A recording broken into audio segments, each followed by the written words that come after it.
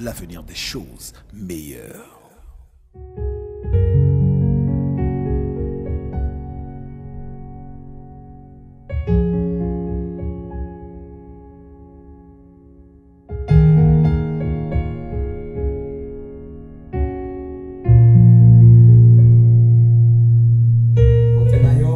Salama, Jumbo, salam alaikum.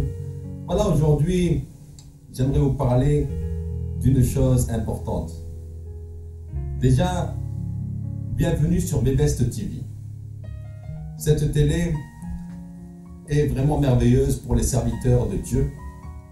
Et aujourd'hui, j'ai l'honneur d'être ici, sur le plateau de Bebest TV, afin de vous parler en fait de l'islam à la lumière biblique. Vous savez, l'islam sort d'Ismaël. Et si on veut maintenant voir la différence entre le christianisme, le judaïsme et l'islam, elle est flagrante. Pourquoi? Cette croyance, en fait, qui est venue 600 ans après la Bible, nous dit que la Bible et la Torah sont falsifiées. Mes frères, mes sœurs, je vous dis une chose simple. Est-ce que toi, maintenant, si tu vas être un prophète, qu'est-ce que tu vas dire sur les autres livres qui sont falsifiés, qui sont faux? Déjà, le premier point. Et puis, il y a les commandements de Dieu. Comment on reconnaît un vrai prophète d'un faux prophète? C'est sur les commandements de Dieu. Est-ce qu'il respecte les commandements de Dieu? Et nous allons voir cela tout de suite. Dans Exode 20, vous savez, c'est les commandements que Dieu a donnés à Moïse. C'est Dieu lui-même qui a marqué ces commandements. Et nous allons lire maintenant. Dans Exode 20, tu n'auras point d'autre Dieu devant ma face. Tu ne te feras point d'image taillée, ni aucune ressemblance des choses qui sont là-haut dans les cieux, ni ici-bas sur la terre, ni dans les eaux sous la terre. Tu ne te prosterneras pas devant elle, et tu ne les serviras point, car je suis l'Éternel ton Dieu, un Dieu jaloux, qui punit l'iniquité des pères sur les enfants jusqu'à la 3e et la 4e génération de ceux qui me haïssent, et qui fait miséricorde jusqu'à 1000 générations à ceux qui m'aiment et qui gardent mes commandements. Donc ici déjà nous voyons qu'il y a un bug avec l'islam. Pourquoi? Vous savez tous que l'islam, ils ont un monument, ça s'appelle un Kaaba, que c'est important. C'est le cube noir qui se trouve en Arabie Saoudite, à la Mecque. Ce cube noir, à l'intérieur, il y a une pierre noire, que l'islam dit qu'elle est tombée du ciel, elle était blanche à la base, et les hommes, en imposant les mains dessus, l'ont rendue noire par leur péché. Moi, je vais vous dire une chose.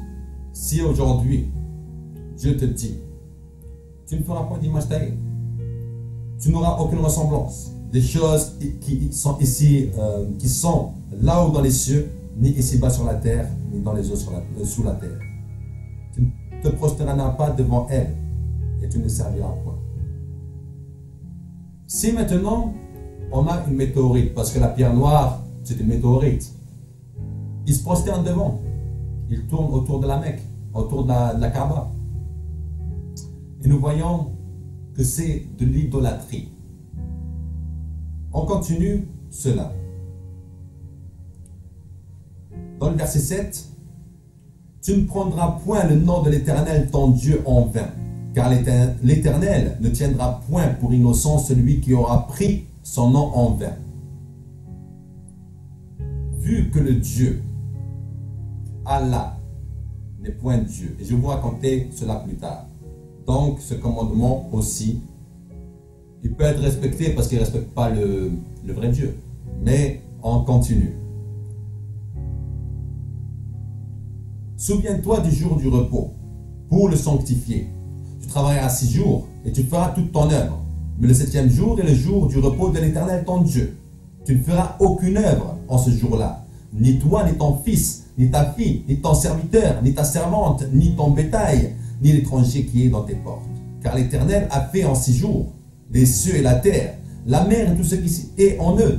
Et il s'est reposé le 7e jour. C'est pourquoi l'Éternel a béni le jour du repos et l'a sanctifié. Vous savez, le jour du repos dans l'islam et dans le judaïsme, c'est le 7e jour. Parce que Dieu a créé les cieux, la terre et tout ce qui s'y trouve en 6 jours. Et le 7e jour, donc, il s'est reposé. Donc, dans l'islam, le 7e jour n'est pas différent du judaïsme. C'est-à-dire le samedi, sept en arabe. Mais il a fait, en fait, 100 jours, le 6e jour. Mohamed a fait le jour des musulmans, le 6e jour, qui s'appelle le Jumu'ah, la réunion en arabe. Et il ne l'a pas fait en vain. Lui, il a dit, Dieu a puni les Juifs parce que il leur a donné le samedi, le sabbat. C'est par punition. Mais sachez une chose, mes frères, mes sœurs. Les commandements de Dieu sont bons et merveilleux. Dieu ne donne pas des commandements pour des punitions, mais pour que tu sois béni. Le 6e jour, donc, c'est le jour de l'islam. Et donc, ce n'est pas le jour de Dieu, le 7e jour. On continue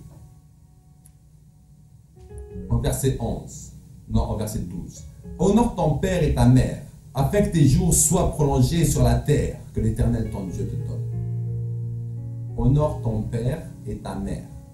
Dans l'islam, il est dit que le paradis se trouve sous les pieds de la maman.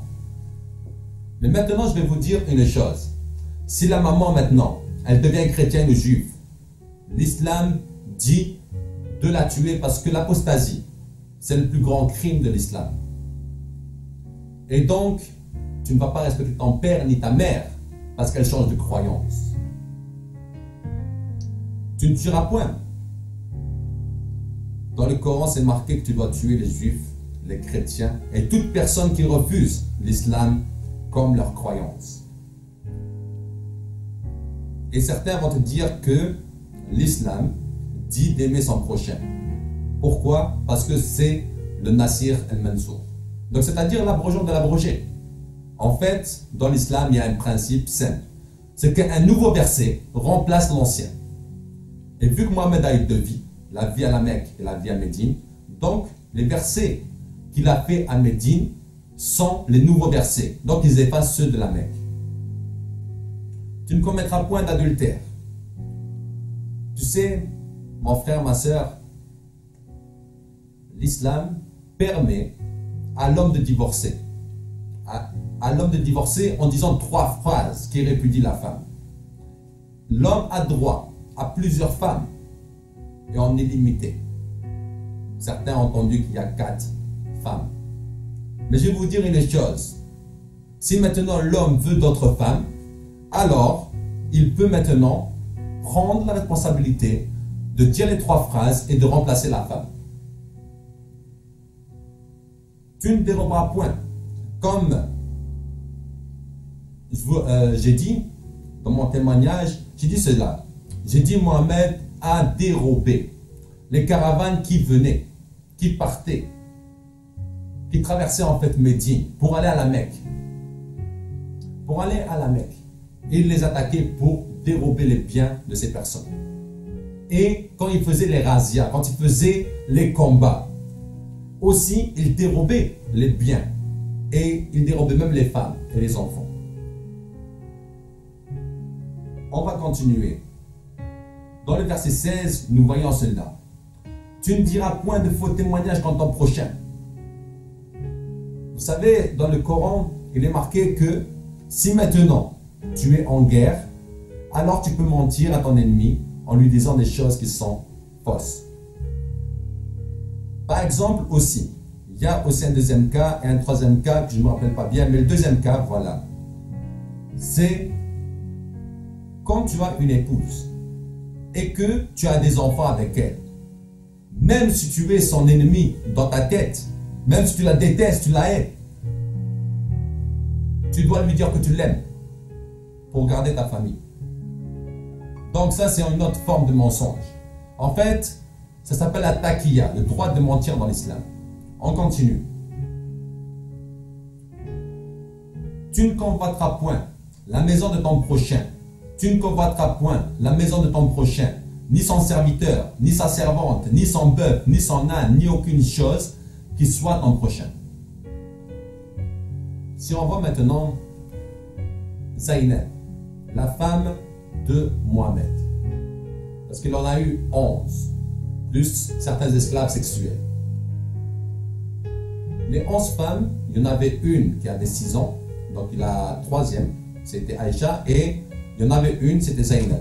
En fait, c'était la femme du petit-fils de Mohamed qui lui a volé son épouse.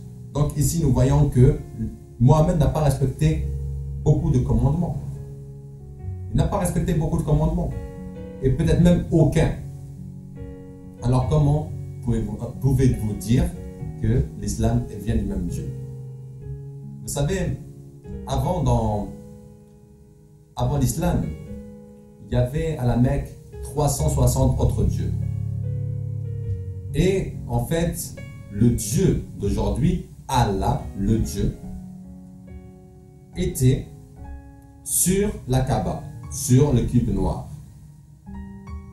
Et il avait le nom d'Ubal-Sin. Si vous recherchez maintenant sur internet Ubal-Sin, vous pouvez en trouver les preuves nécessaires pour savoir qui est ce Allah. Le père de Mohamed s'appelle Abdallah, ce qui veut dire créature ou esclave d'Allah. Quand Mohamed est venu, il a dit: mon peuple a oublié le vrai Dieu. Alors comment ça se fait que son père porte le nom d'Allah? On continue. Vous savez, les musulmans aiment dire qu'ils ont le même Dieu que nous. Mais moi j'aime dire aux musulmans que non, on n'a pas le même Dieu qu'eux. Pourquoi? Parce que notre Dieu ne se contredit pas. Notre Dieu ne se contredit pas. Vous savez, par exemple, si nous lisons maintenant, si nous lisons dans Ésaïe 53, nous voyons que Jésus a été prophétisé. Si nous lisons dans Luc chapitre 23, verset 33, nous voyons que la Bible dit: Jésus a été amené au lieu du crâne dans Golgotha pour y être crucifié. Dans la sourate 4, An-Nisa, verset 157, ils disent: il n'a pas été crucifié. Donc il parle de Issa, donc Jésus. Il n'a pas été crucifié. Ils pensaient le tuer, mais ils ne l'ont pas tué. Pour l'islam, c'est quelqu'un d'autre qui a pris la face de Jésus, parce que pour eux, Dieu ne pouvait pas tuer Jésus. Mes frères, mes sœurs, si maintenant 2 livres, Torah et Bible, confirment que Jésus a été crucifié, et 600 ans après, un livre vient et il te dit: non, il n'a pas été crucifié, non, c'est une erreur, non, les juifs et les chrétiens ont modifié leurs écritures, est-ce que vous trouvez ça logique? Sachez une chose, c'est que si on a le même Dieu, Dieu ne peut pas se contredire. Dieu ne peut pas dire aujourd'hui, et même durant des millénaires, dans les prophéties, aux différents prophètes, qu'il y aura quelqu'un qui va être l'enfant de Dieu, qu'il y aura quelqu'un qui va être crucifié. Jésus. Et on l'appellera même le vrai, on l'appellera même le Dieu véritable. Alors mes frères, mes sœurs, sachez que le livre d'après répond trait pour trait à Galates, chapitre 1, verset 6. Je m'étonne que vous détourniez si promptement de celui qui vous a appelé par la grâce de Christ pour passer à notre évangile. Non pas qu'il y ait notre évangile, mais il y a des gens qui vous troublent et qui veulent pervertir, renverser l'évangile de Christ. Mais quand nous-mêmes, quand un ange du ciel annoncerait un autre évangile que celui que nous avons annoncé, prêché, qu'il soit anathème. Nous l'avons dit précédemment, et je le répète à cette heure, si quelqu'un vous annonce un autre évangile que celui que vous avez reçu, qu'il soit anathème. Donc dans ces versets, nous voyons qu'il y a des personnes qui veulent renverser l'évangile de Christ, qui veulent revenir maintenant à l'ancienne alliance, à la Torah, ou même dire que Jésus n'a pas été crucifié et Jésus n'est pas le Fils de Dieu. Et le Coran répond très pour très à cela. Lorsque maintenant des livres viennent annoncer des choses qui n'ont pas été conformes à la parole, sachez que ça ne vient pas de Dieu. Parce que Dieu ne peut pas se contredire. Dieu ne peut pas se contredire. Et dans la bonté de Dieu, il nous a révélé cela avant. Louons Dieu pour cela. Sachez que dans l'islam, quand on va au pèlerinage à la Mecque, il y a de nombreux rituels qu'on doit faire. Par exemple, le rituel de jeter des pierres sur des stèles.